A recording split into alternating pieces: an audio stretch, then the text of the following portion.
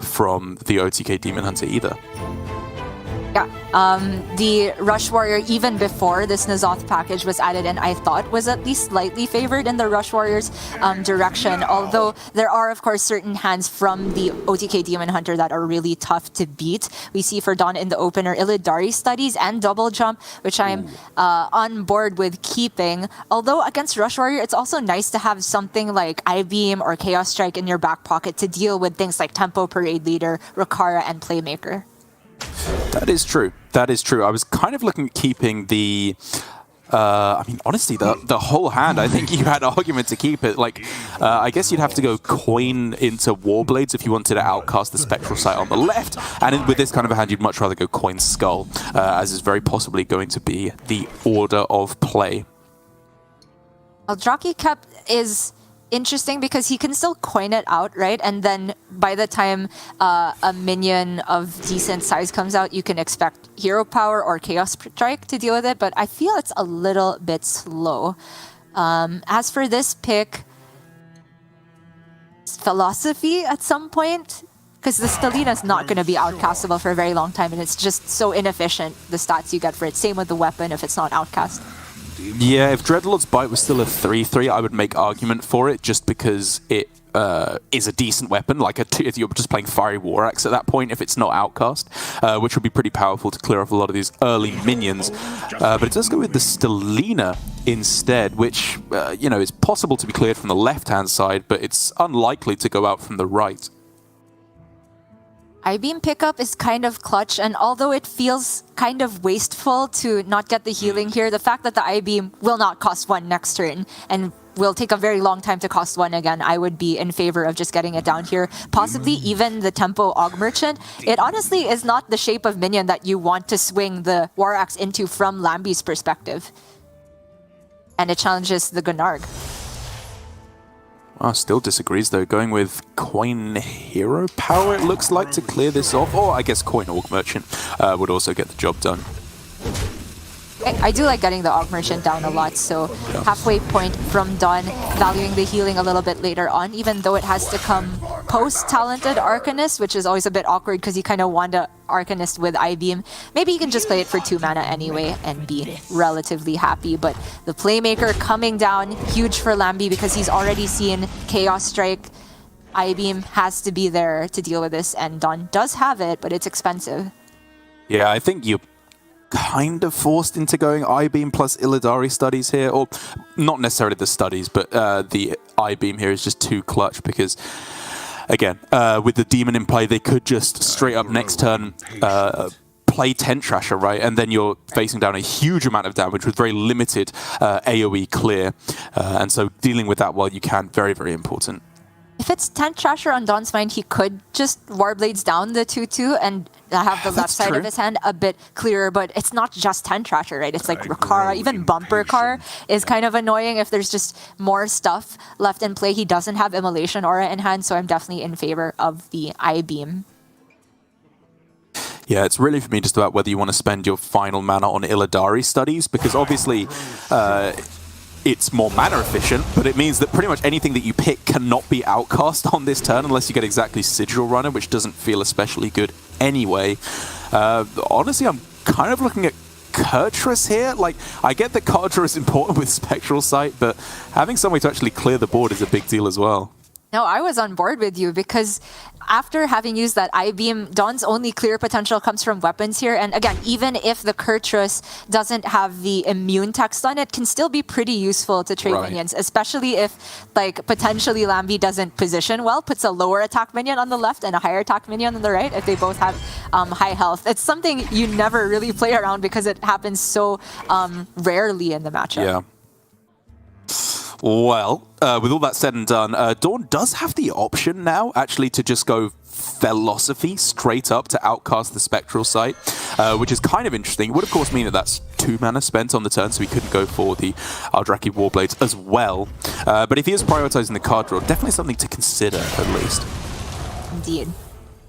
Just trying to get the Stelina outcast, you'd have to imagine, to deny something like Troublemaker on curve, but the other super powerful on curve option has arrived. The Moonfang, we've talked about it. Actually, to clarify, it does actually depend on play order, thanks to Subtle and Raven for clearing that one up. So if the Moonfang comes on board first and then a Moarg is played, then the Moarg effect will override Moonfang. But this is usually the order you see it, right? Moarg won't be on board before this. And so what is DawN setting up for? Just outcast Stellina to try and get rid of a key card? Like, to be fair, all of the cards in hand you can have a pretty good read will be crucial. They just went conditioning hero power on turn 4, so it's likely big guys. Yeah, you'd have to imagine. But all of these definitely has to go, right? That's just so strong for Lamby. 3 draws on top of a strong body. Like, the Troublemaker is scary, but not for 3 more turns, right? Yeah, I mean, drawing 10 Trasher / Alexstrasza, it's too much. You have to try and starve them of value, so I do 100% agree with you there. The question is whether or not you even swing into the Moonfang. It's going to tank a lot of damage, but, I mean, you got to get through it one way or another. You do, but I think the only way you get through it and stay alive is by drawing Immolation Aura at some point in the near future, and Moarg, which would work, even on 4 health on the Moonfang. Okay, that's a reasonable enough draw, I suppose, just to be able to kill off the Runthak with Throwglaive. Yep, it's a way to remove 1 minion, but again, just looking for that Immolation Aura, and turn after turn, if he's not able to outcast the second Spectral Sight, it feels so difficult. He could go for like I-Beam and swing onto the 4/6 here, so he can play the second Aldrakian left and then outcast the Spectral for the next turn. But it's not that efficient with healing. Yeah, it's close, right? Because there's a couple of ways you can think about it. If you go...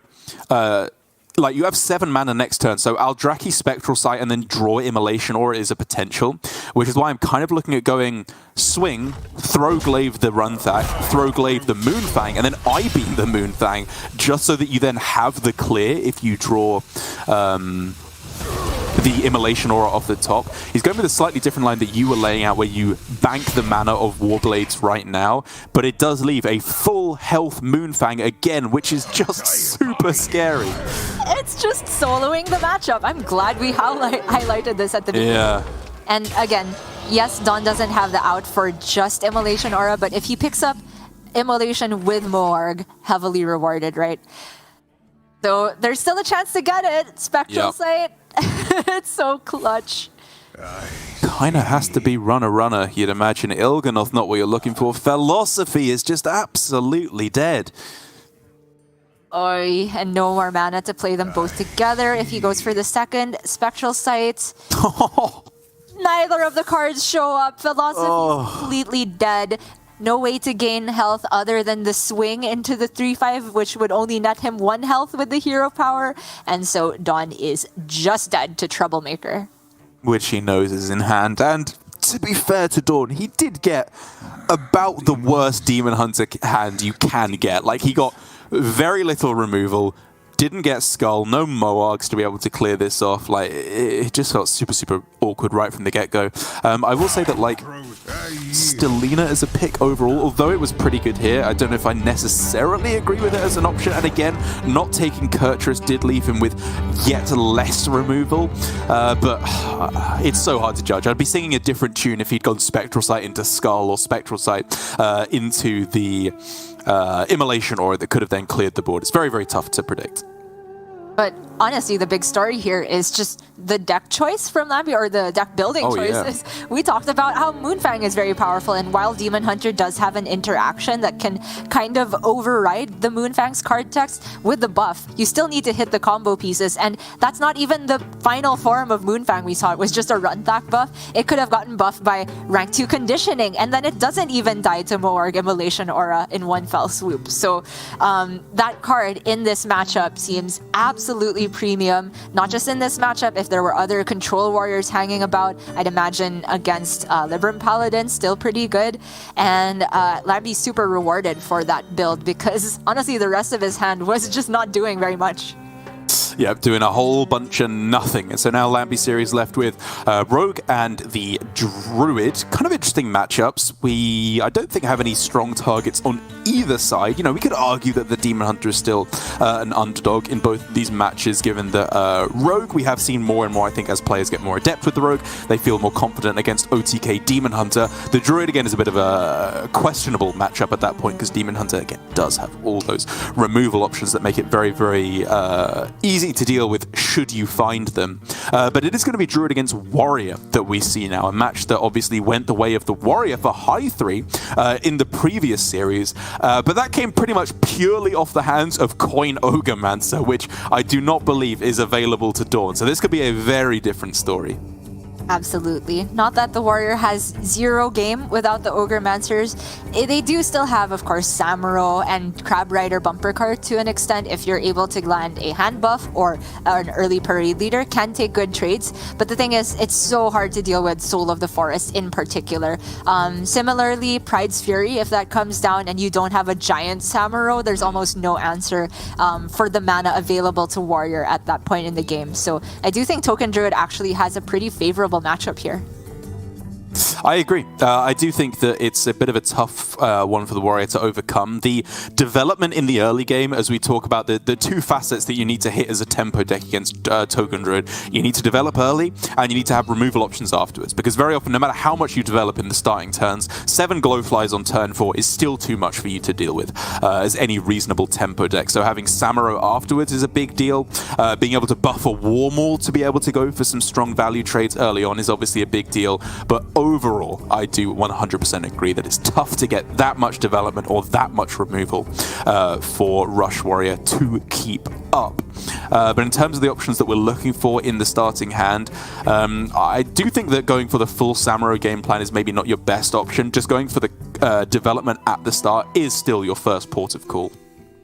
Yes, and so looking for things like Parade Leader, Bumper Car, maybe not Crab Rider now that it's lost Wind Fury, but anything of that extent. Even Playmaker, if you're on the coin, I would hear an argument for keeping it, right, especially with Rakara in hand, because I don't think the Druid is looking to keep Lunar Eclipse necessarily in the matchup, although I believe when Glory played this matchup, and it was Lamby he was actually facing on the Rush Warrior, he did keep Lunar Eclipse.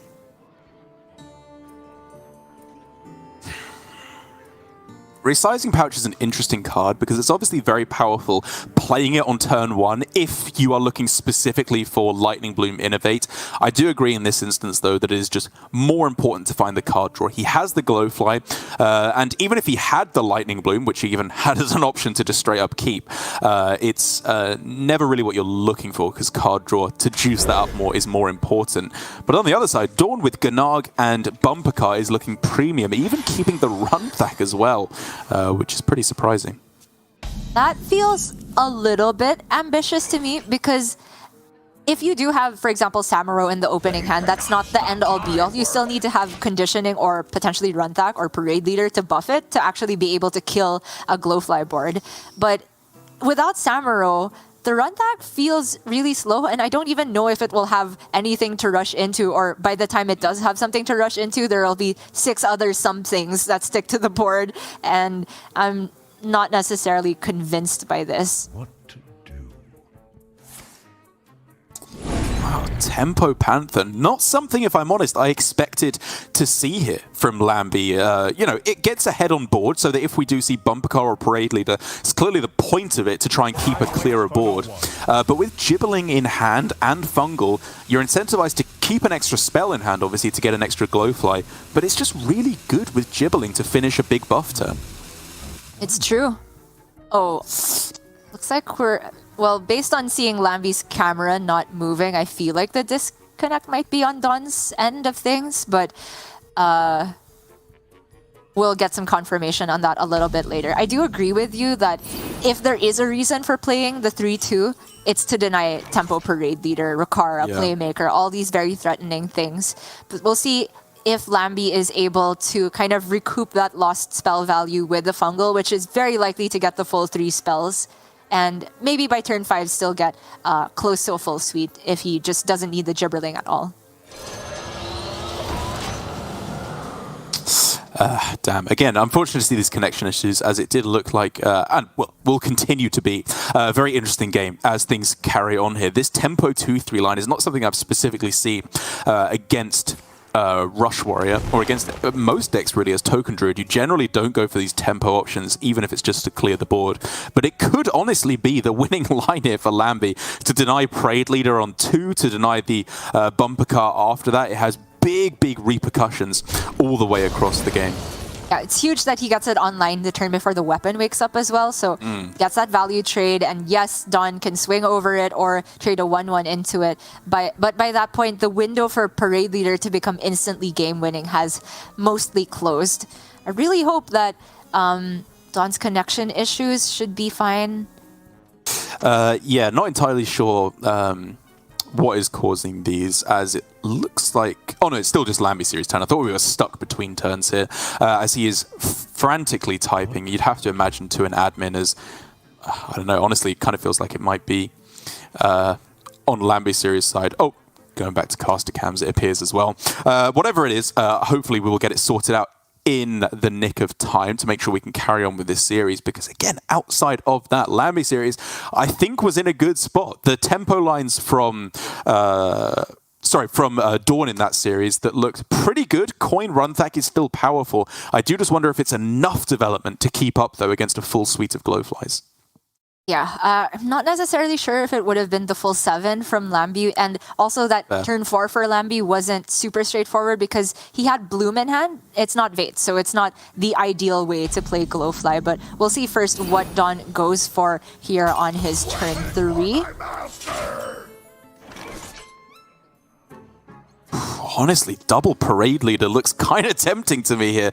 I know that the double buff on Dark Moon Riders often doesn't matter because 3 attacks should be enough. It's just the fact that you get more minions online. It's going to be really difficult for lambyseries to actually develop enough to fight back against that. Certainly interesting. I don't mind DawN going for this line with the stage dive because he is still able to develop, like, at worst, a Dark Moon Rider and a Parade Leader if he wants to use the coin, and then just swing down into the 3/1. Yeah. But saving the coin allows him Runthak, right, which can get the Dark Moon Riders up to a value where they don't even need Parade Leader to get rid of Glowflies. I think saving the coin just gives him more flexibility overall. I think that's definitely fair. I'm not entirely sure I agree on going for the bumper car instead of the Parade Leader, though. Obviously, this does not die to Lunar Eclipse, which is, I think, the main thing. But honestly, the fact that the 2/2 still just dies to Lunar Eclipse is still kind of bad in terms of immediately being able to kill off any Glowfly plays. As it turns out, this is a Gibberling turn instead of Glow... Or is it both from Lamby?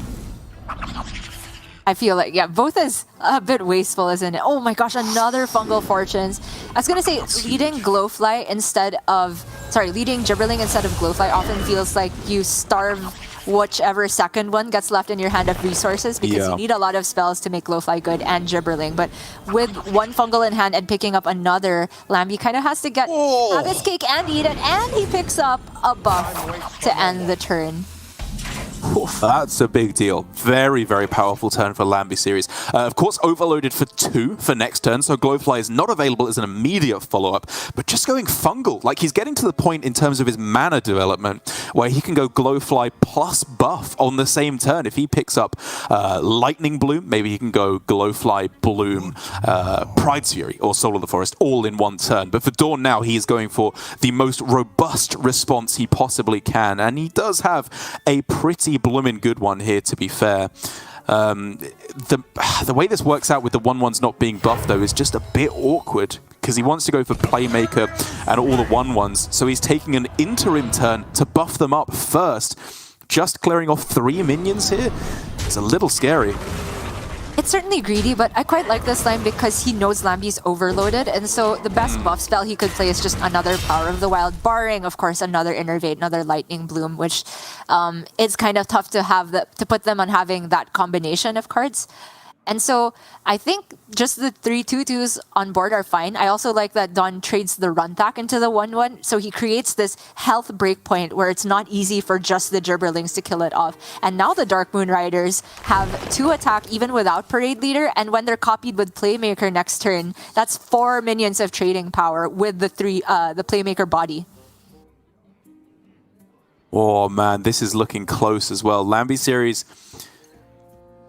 doesn't have Solar Arbor next turn. I'm wondering if there's any way he can manipulate it with a resizing pouch to get a Bloom as well, but I don't think that works out because he'd have to go Arbor up first.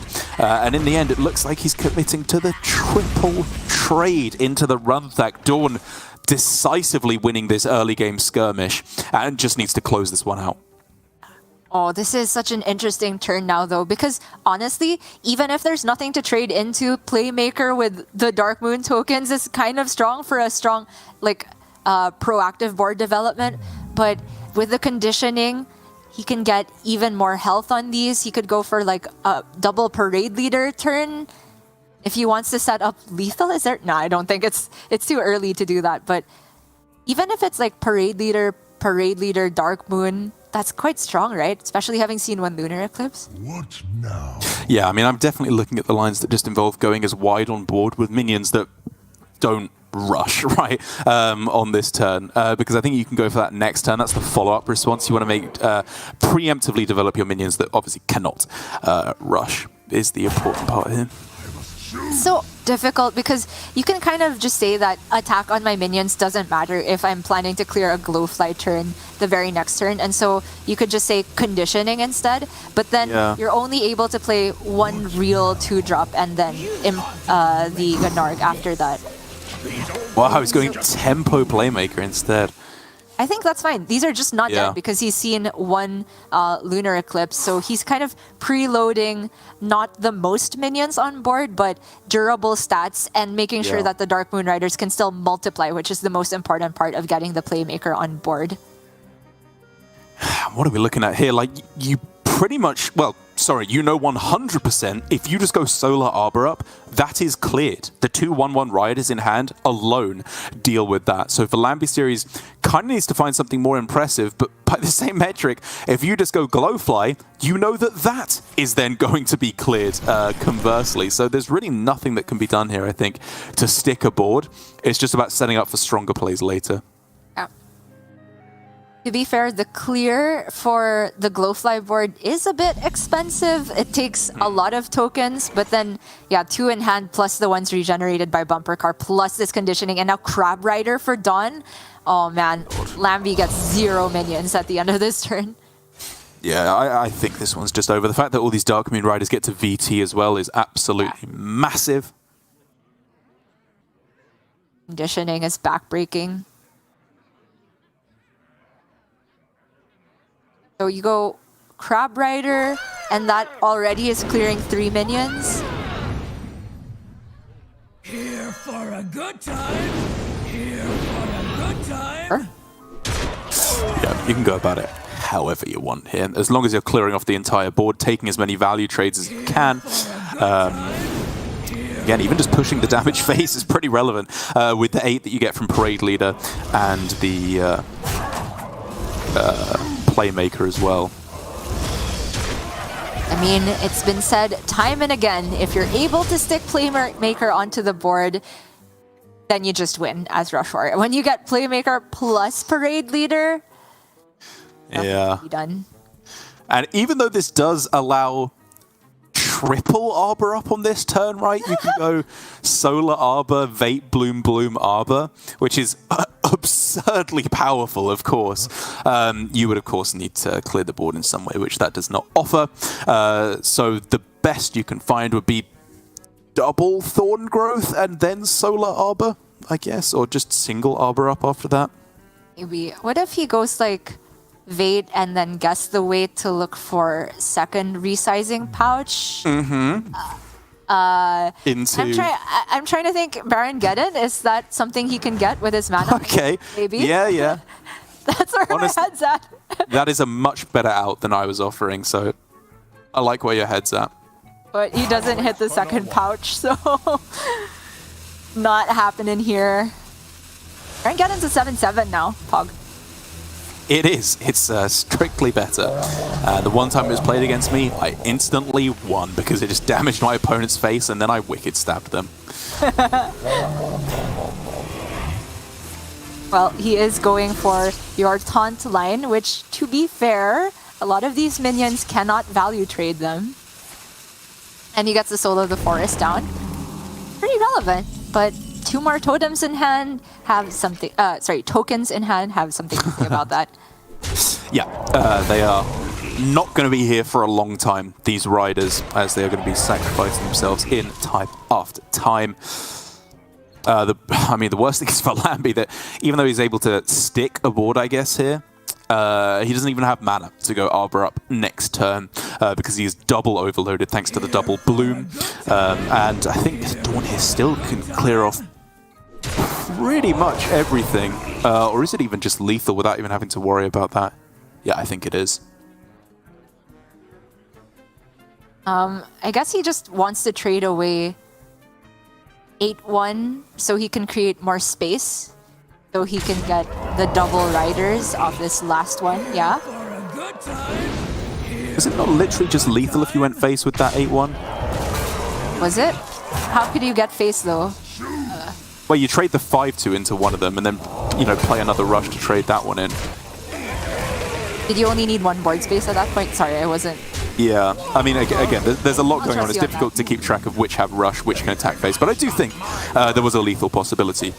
Obviously, this is essentially guaranteed lethal here for DawN, as lambyseries, even if he's able to find an Innovate or a Bloom to play down the Arbor ups, it's not enough to keep him in the game, and so Prize Fury will just be the end of the road here for lambyseries. Throws it down 1 game apiece here for DawN versus lambyseries, and the Warrior taking a win at all, I think, is kind of a big deal here, because although there was the Rogue on the other side for lambyseries, could struggle against the Warrior, and honestly, as we've seen, it can also just struggle against the Rogue.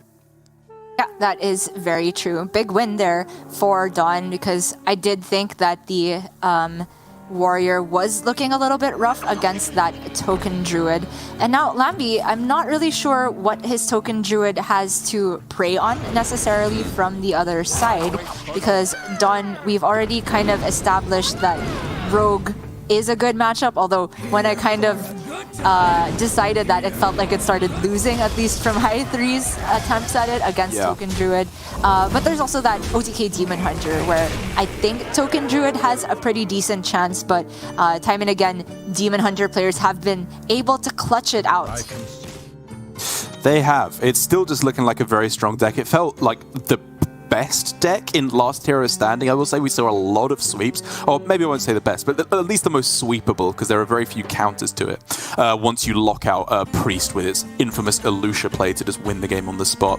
But with both Warriors taking the win here, it does mean that we have Rogue and Druid still on lambyseries side, as we've obviously already seen the Druid.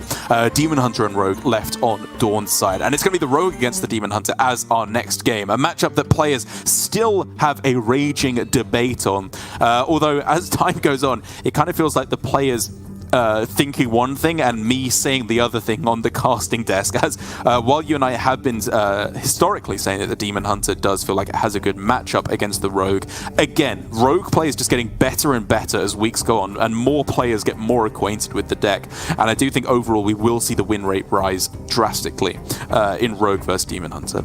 Rogue is just one of those decks where there's so many different ways to approach your timing, your usage of resources, and depending on how your hand pans out, you can go for the super quick starts or put together those late game combos. And so it really does have that super high skill ceiling that you do expect players to get better over time and maybe start to tilt the matchups more in favor of the Rogue all across the board, not against just Demon Hunter. And that could also be a reason why we're seeing such a huge uptick in Miracle Rogue's bring rate in APAC for this week at least.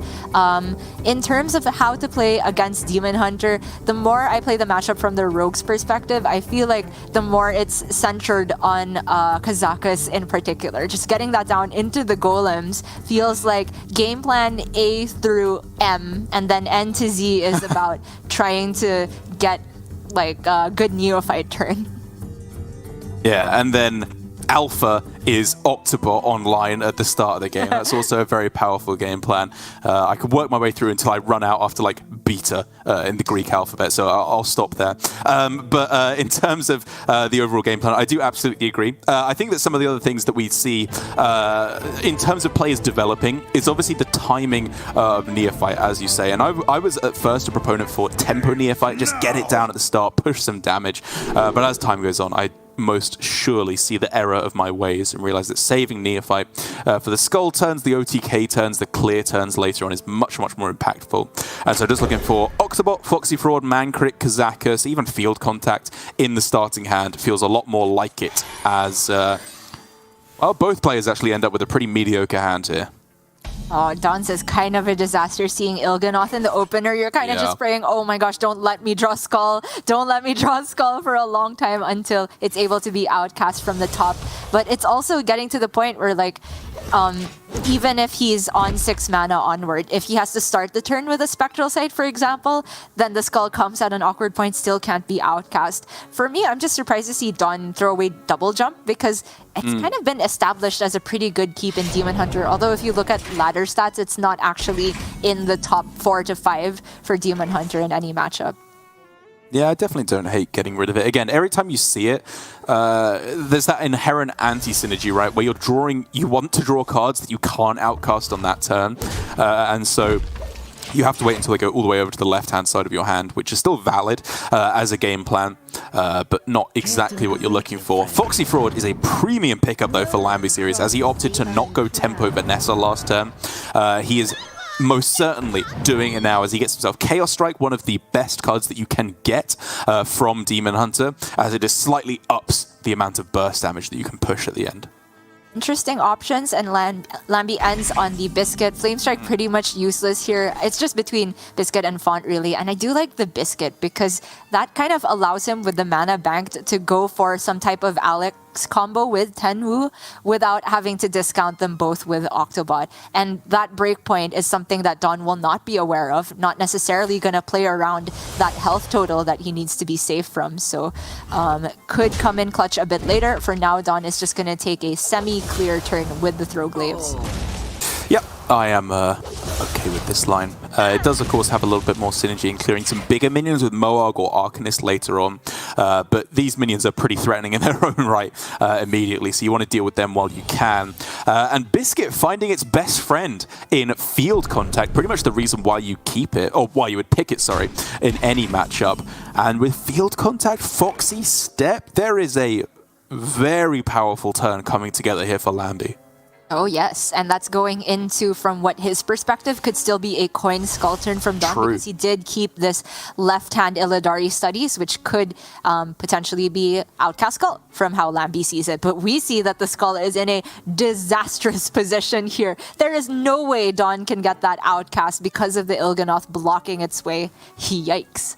Yeah, these Demon Hunter draws have not been kind to DawN whatsoever. The question here, I guess, obviously whether or not you play the card draw, but whether or not you swing face is a pretty valid concern here, because again, we talk about that breakpoint of 24 damage being very, very crucial in making your combo that little bit easier to get to. But DawN instead going with the trade has a lot of upside, of course, because of the fear of Shadow Step or Tenwu to bounce it back. But I was definitely interested in sending that face. Yeah, especially since it seems like he's not able to get Skull discounts this game. The 24 breakpoint does become very crucial, but maybe he just doesn't want to take the damage for now. And we do see Lamby starting off with the Field Contact turn. Doesn't get anything he wants to play off of that first draw, so gonna cash in the Biscuit. 1 mana too expensive on the Neophyte. Yeah, I mean, the fact that he targeted his own Field Contact definitely implies he will at least consider Shadow Stepping the Field Contact at the end of this turn. Honestly, you could argue it's still Secret Passage, though, with the Foxy Fraud effect still in play. Oh, no, sorry, it was the Brain Freeze. Ignore me. So I think it is either going to be Step the Contact or Pass, and it does just go with the full pass in the end. You have to imagine the full pass is because he wants to go Jandis into Jandis into Jandis in the near future, and one of those Jandises will have a Neophyte attached to that turn, which is really tough for DawN to deal with. Again, fishing for Skull here because he could have coined it out, but no such luck for DawN. Dreadlord's Bite is interesting because the Field Contact is at 1. It's a clear, like, you can do that with the Ethereal Org Merchant. and not have to tank too much more damage. And he can fit in the hero power and swing pace, which does put Lamby to, well, 23 by that point. There we go. Yeah, that sounds good. And again, you know, there are more breakpoints. If you get them down to 18, things get even easier to do in terms of the combo. I mean, you know, honestly, when you get down to 18, you're kind of close to getting there with just Fell Scream, Talented, and Arcanist, right? You then have +5 spell damage. It's 15. Like, it's getting close. Fair enough. It's just 9, right? Without Moargs. Well, sorry, with double Arcanist and Fell Scream, double, okay. Get it up to 15 damage, right? Yep. But that is a big deal in the Scrap Golem, just to obviously get a bit of health, but just to stop the weapon being able to go face turn after turn.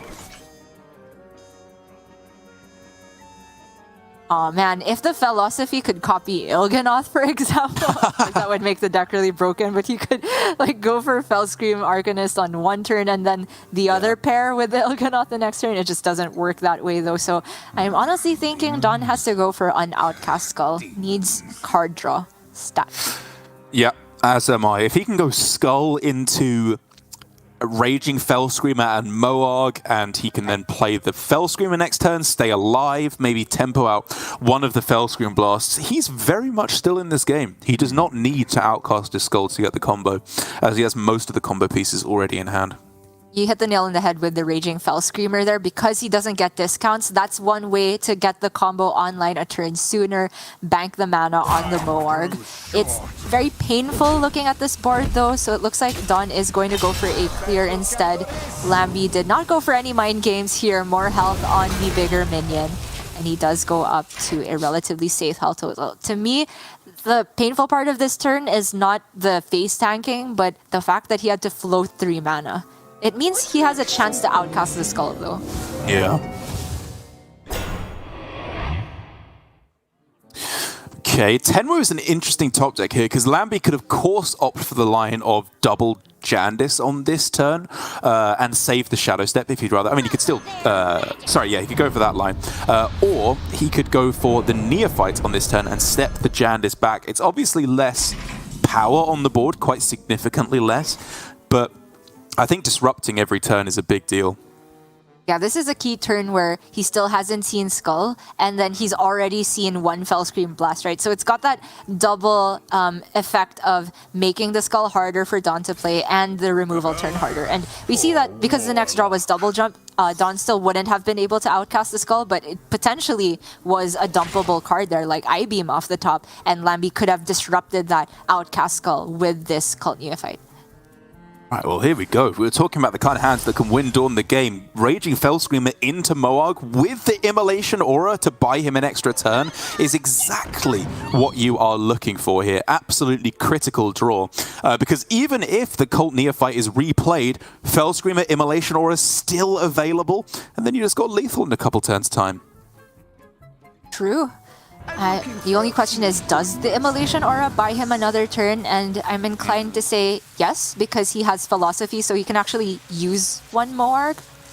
Yeah. With the Immolation Aura. Although, then the breakpoints become like 18, right? With 1 Moarg, 1 Talented, 1 Il'gynoth. But we'll get into that a bit more later, because Lamby's got the Kazakus. Now, doesn't hit the minion buff that you'd have to imagine is on his mind, but I imagine he took spell damage here with Wicked Stab in hand and now Thalnos. True. That's quite some burst. Yeah, that's pretty respectable. I think the question for me here for DawN is, can you get away with just playing Immolation Aura without going for the Moarg? That Thalnos does maybe help things, though, as he could go for straight up Raging Fell Screamer, Immolation Aura, plus the Thalnos, sorry, before the Immolation Aura that clears off. Guaranteed everything except you'd have to imagine the 5/5 here, which leaves you alive versus Alex Straza at 1 health. But dead to double Wicked Stab and Dagger, which I guess you can't really afford to play around everything. The second Fell Scream is far too valuable, so it's as good a line as any. You obviously draw a card. Maybe it's I-Beam, and you just play that in addition to the Fell Screamer with the coin. Raging Fell Screamer here means the Moargs, well, one Moarg will cost 0, and so he's able to go for like Il'gynoth, Talented Arcanist, Moarg, next turn with the Philosophy and the Fellscream Blast. Right, he has just enough mana to do that, right? Because with the coin, he'd go up to 10. Okay, but he not doesn't... playing it. Right. So now... There's no lethal out for next turn that I'm seeing. I'm not seeing it either. He's still dead to the same things as well because he just tanked the hit instead. I mean, maybe you're playing around some buff golem out here. We did see Lamby ended up taking the draw instead of the spell damage. Right.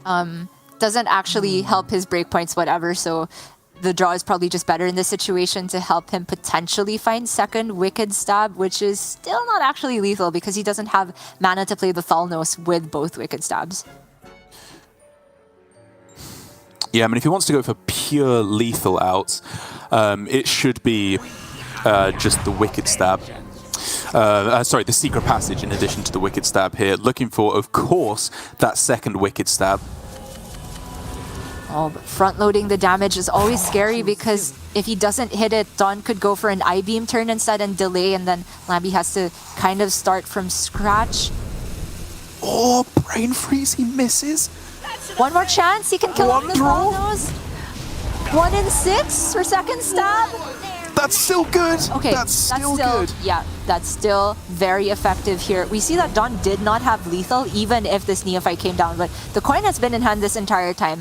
Lamby is now just trying to deny a big heal turn from DawN. Oh, but it's there. That's a good draw. Yeah, you're obviously looking at any way that you can get to hold on to the Fellscream Blast.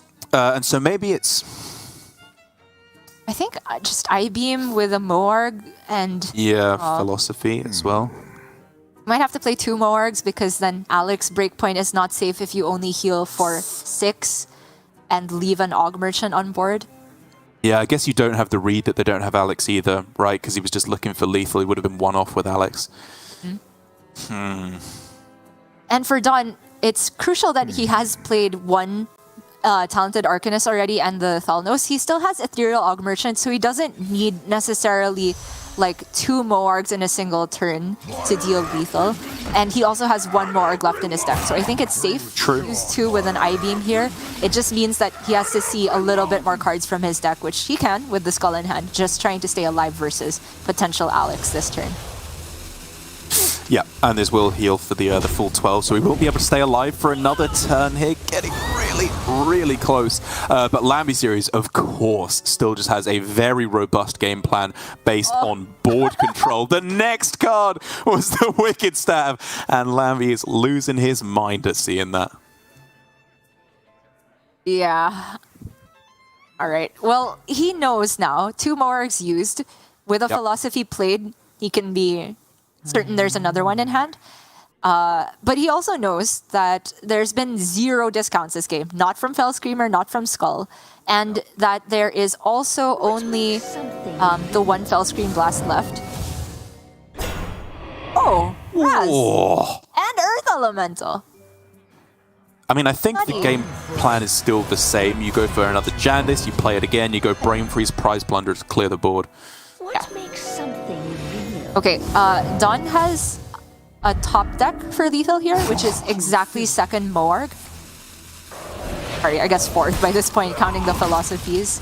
Because he would be able to play Moarg, Talented. Sorry, coin happens before the Arcanist, but after another card has been played, and then the Fellscream Blast for 36. Yep. But that's not the card off the top. And so he's looking for... Immolation Aura doesn't even kill most of this.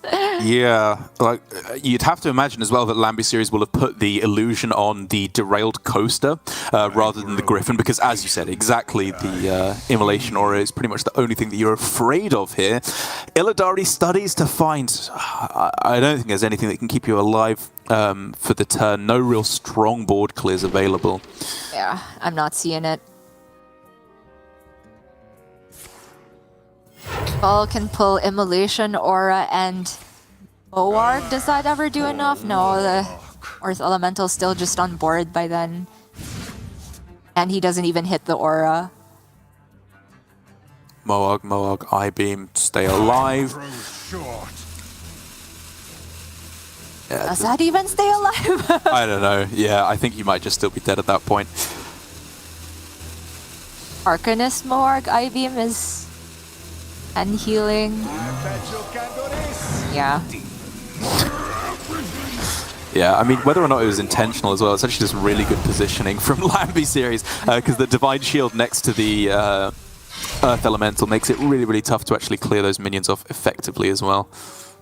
DawN going for maximum healing, but because he can't deal with the board and he's given up his last Fell Scream Blast and his last Arcanist, there's just not very much reach left for him. It's just Il'gynoth I-beam with the with the Moarg now.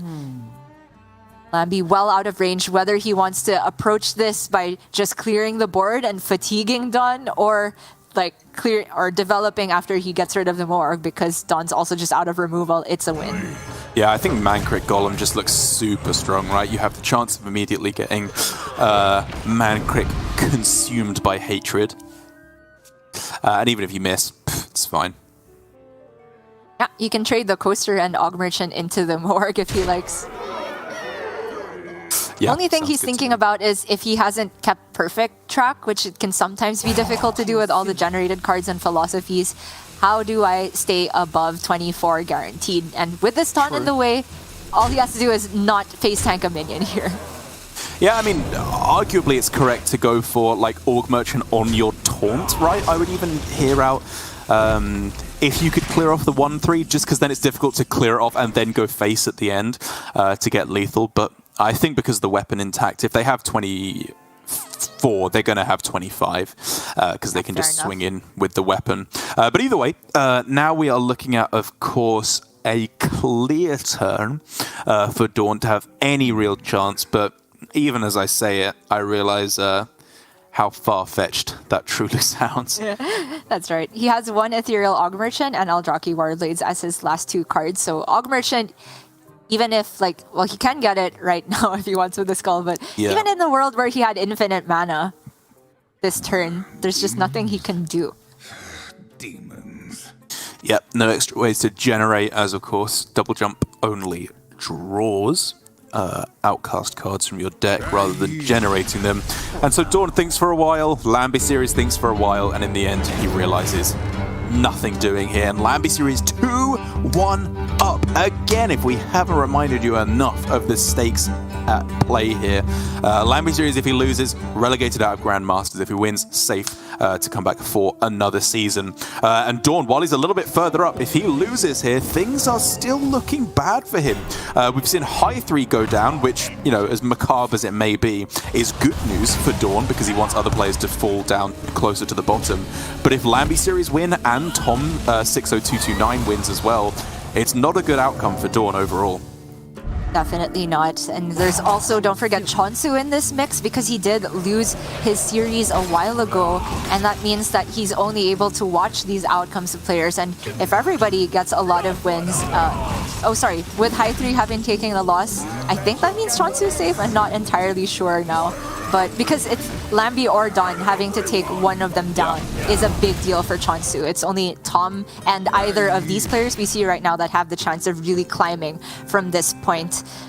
Just going back to that last game though, I really think what you highlighted on the turn where DawN could have played Raging Fell Screamer, and yes, he would have been dead to Alex, but maybe had that window to take the lethal the next turn if Lamby didn't have it, I think was maybe a bit of an oversight. And DawN will have to try again with this Demon Hunter at some point if he wants to take down the series. That's right, it's only the Druid left now for lambyseries, which means that DawN has to win with both the Demon Hunter and the Rogue, right? Because he's only won with his Warrior, as both players did back and forth right at the start.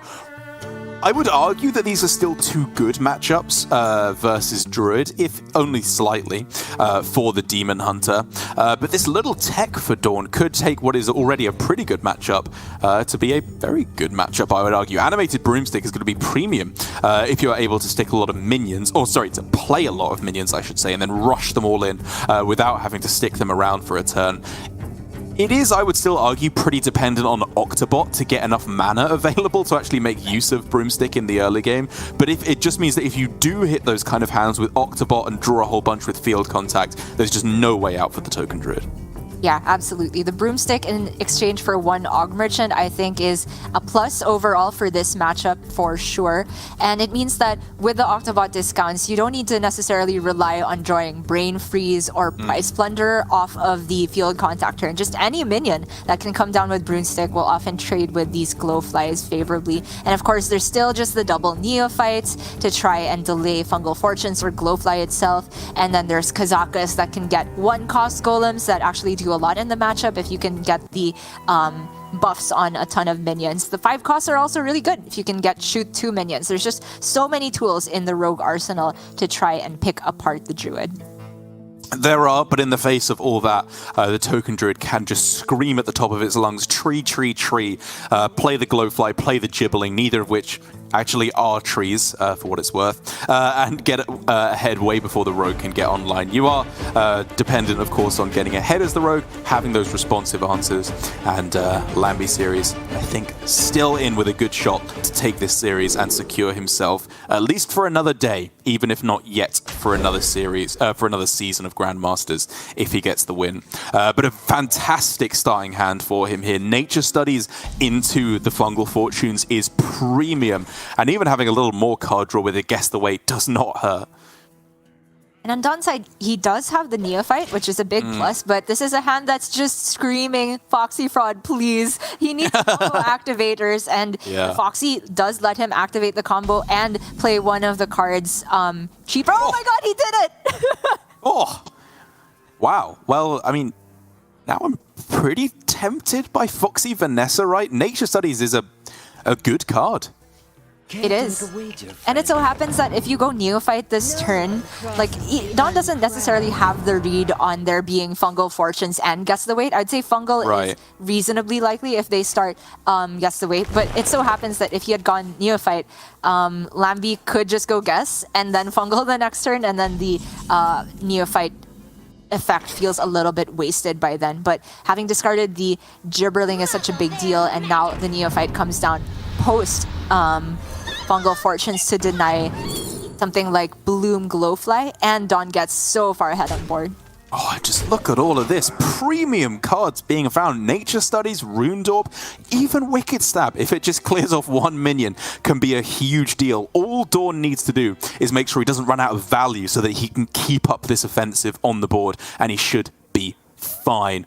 lambyseries with a couple of options, of course, with 9 cards currently in hand. If he were to go Guess the Weight, he's looking at potentially overdrawing, but there's still some merit, you could argue, of going Guess the Weight and deliberately guessing wrong.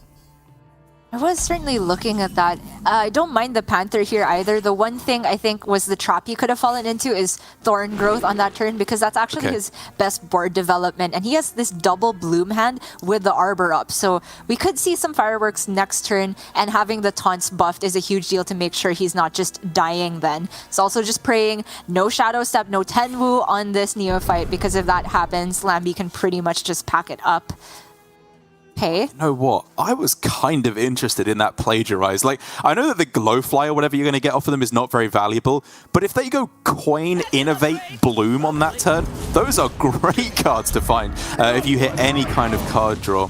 But in the end for DawN, he does go for the, again, more minion development, more removal from the Deadly Poison, and in all honesty, it's just damage to face. He just has lethal in the next turn or two, so I can fully respect it from that regard. And Lamby can go Thorn Growth, Bloom, Arbor, and some stuff. I mean, it's as good as he's got, right?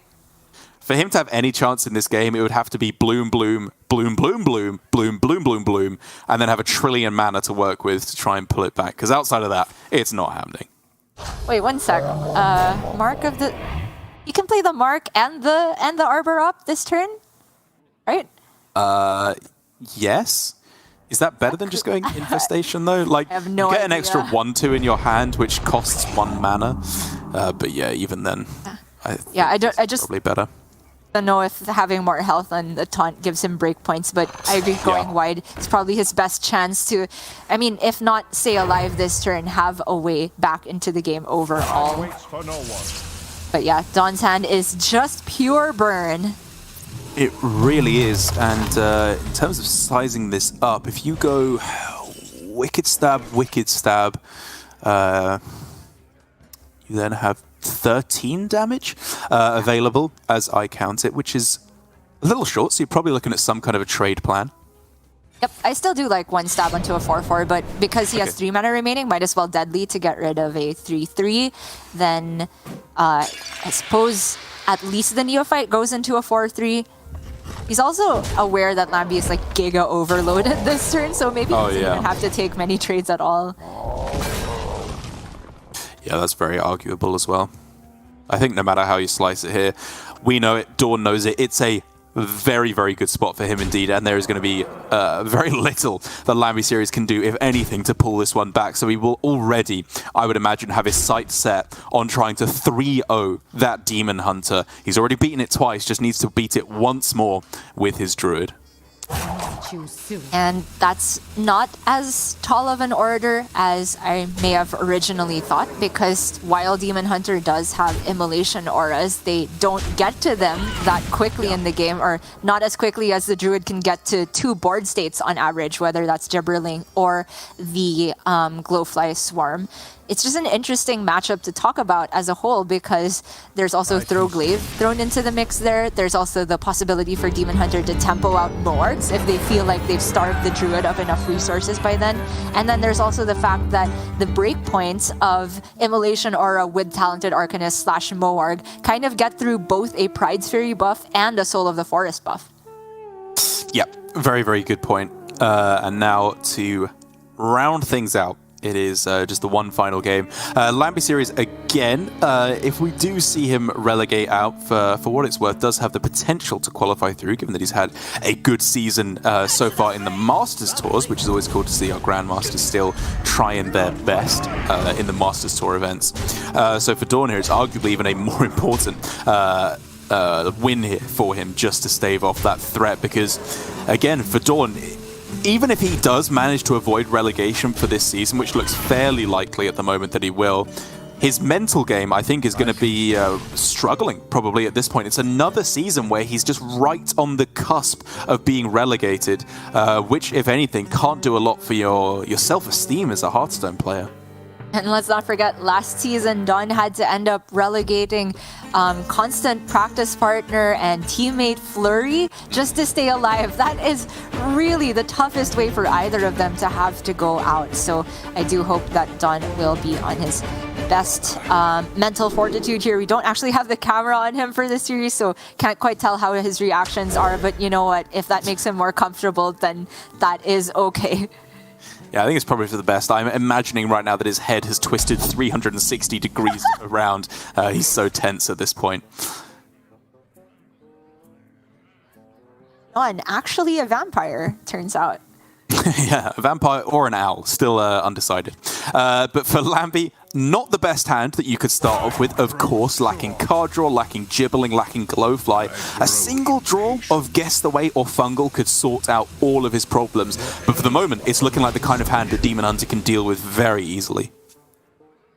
And DawN has Skull in a very easily gotten to the left position. I know I could have phrased that better, but the immolation is going to come down at some point before turn 6. You almost certainly expect that as the Demon Hunter, first Gibberling board, first Glowfly board, etc. Talented Arcanist can feel a little bit bad to throw out early, but as soon as he hits like another one of those or a Moarg, it can feel a bit redundant. It's all about getting those Skull outcasts, because if the Demon Hunter can help it, they would rather not fatigue the Druid to win the matchup, right? Just get to their own win condition and OTK instead. I must say, I do like that lambyseries is waiting here in the end. Whether he was gearing up for coin hero power, or I guess more likely getting down the Thorn Growth and the Adorable Infestation on this turn. I like that he's chilling out and setting up for a bigger turn if he draws Gibberling. But DawN there presented with, as you gesticulating to.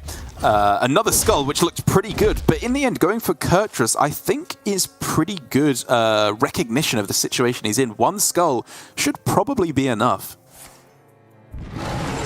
I was super tempted by second skull, not gonna lie. Maybe caster visioning into Lambysound that has zero development from DawN's perspective. He could just be gearing up for Glowfly into Glowfly, so DawN wants as many answers as possible. As it turns out, the Kurtrus could even just be played here, but I don't think he wants to waste the discount on this skull, right? But it's so difficult to get the skull down turn 5 unless he is going for Arcanist, Immolation, or a next turn. And we see Lamby could go for Glowfly, and if he does, DawN's actually super happy about it. Very spicy pickup, though, here from lambyseries, because while we were looking at either Coin Glowfly next turn or Bloom Glowfly here, there now is the possibility for double Bloom Solar Arbor up on this turn. Not that it's necessarily the correct play at all, because it doesn't buff any minions naturally on board, but it's definitely worth thinking about at least. It is. I mean, I thought that this turn was potentially even pass into Coin Glowfly, and then you have the possibility to go Solar Arbor the very next turn and then just kind of win on the spot. But that loses to Immolation Aura next turn, and this loses to Immolation Aura this turn. Yep. So I think Lamby just trying to go for this as early as possible, where DawN has had the least chances to draw into the clear. But as it turns out, DawN is very happy with this outcome, can play Immolation, talented on the board, just to get the skull into position. And Lamby is back to the drawing board. Yeah, it's a tough spot for Lamby. I will say that I guess the one thing working for Lamby here is he can be pretty sure that it's Skull next turn. There's almost no other situation where you would tempo Arcanist in this matchup. And so trying to find a way to abuse that is definitely top of his priorities right now. But there's a lot of different moving parts with this turn. He could obviously get down, just Arbor up on this turn. He could go for a Gibbling turn, but he needs to be keeping in mind that he wants to go Solar plus Arbor next turn. So trying to not go for Bloom this turn is kind of pretty high up his priorities. So maybe it's just Gibbling Coin Thorn Growth you end up on to still leave the possibility of Solar Arbor. That's exactly my same thought process here, and Lamby goes for it right as you finished explaining. Nicely done. It's a bit awkward. There's no way to fit in the Adorable Infestation for even more minions on board, but this is fine. It still leaves enough spaces to get some treants in there, and more importantly, has front-loaded the damage, which makes it such that if DawN doesn't hit a big removal, a second removal off of this skull, and Lamby's pushing tons of damage. Yeah, the Arcanist is a nice pickup because it means you only have to find, well, I say only, the second Immolation Aura. But having said that, maybe you don't even need to go for Immolation Aura because you just have Lethal next turn. I mean, now he needs Fellscream Blast. Yeah, it's still not quite there. Yeah, it would be 18 if that's the top deck, but the big news is no Immolation, which means Lamby can get a lot of damage through this turn. +4 attack on all of these is a bit shy of lethal, but it feels worth it to push as much as possible. Maybe you clear the Thalnos, but maybe not. I think you trade the Spell Burst in, right? Because you don't want to summon more 1/1 Gibblings. You push less damage, obviously, on this turn. But getting more impactful minions in play, I think, is probably more important. The thing is, like, the impactful minions, does the actual size on them matter? Because at this point, the breakpoints for DawN is just like spell damage plus the Immolation Aura again.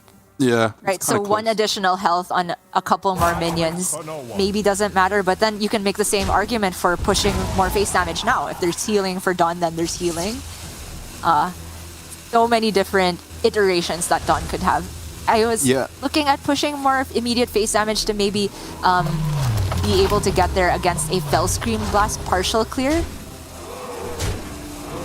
But this also does seem very strong. It's super, super powerful. All DawN needs is, well, lethal is obviously a possibility right now if his deck was very generous indeed, but more likely that single Immolation Aura just wins him the game, but he has to find it right now. His life in Grandmasters could depend on it. And there's really only one draw for that because the double jump gets in the way. I mean, it could be double jump into, like, if it's I-Beam, just play it, and then Spectral Sight outcast. I think the turn starts with double jump. If you hit Philosophy, that means you can copy Morg, and then Spectral for one draw still gets him lethal if it's Fellscream Blast. But he's starting Spectral to Throwglaive. That's big. The 1 mana he saved by not playing double jump could be super clutch here. So you kind of have to go Moog, right? Even though using a 0 mana Moog really hurts when you're so close to lethal. It kills 4 things, which would leave, oh man. 10 damage. Lethal on board. Yeah. You kill 4 things, no matter how you slice it, still just 15. Yeah, still just dead to the hero power of all things. Lamby, so tense right now. Hair pulled back. Has he done it? He sees it. The pop-off is real. My man, I am happy for lambyseries. Like, this has been a rough season for him to get things going. He works hard, he plays very, very well indeed, and it hasn't quite come together. But now he has his chance at redemption. The win over DawN means his chance to stay in Grandmasters is still alive. It's not over yet. He still needs to claw his way back up. But now for lambyseries, things are looking a little bit better, and for DawN, things are looking substantially worse. Again, a couple things to bear in mind. DawN does have the best tiebreakers out of anyone down at the bottom because he has had a second place finish. And the primary tiebreaker, is best individual finish in any given week of Grandmasters. But even with that going in his favor, things looking a little bit scary for DawN and looking much, much better for lambyseries in what was a very well played final game of Hearthstone. Indeed, so close at the end there. It's just really difficult to evaluate whether starting with double jump on average could have been better for DawN, because if you hit Philosophy, it kind of feels like a wasted mana because you're not able to... Well, actually, you can still outcast the Spectral Sight, right? And then maybe front load the Il'gynoth and 2 Morgs and say that, I mean, if I don't hit the lethal right now, I'm dead anyway. But then the Throwglaive was almost there, and maybe DawN couldn't have counted it immediately. I didn't know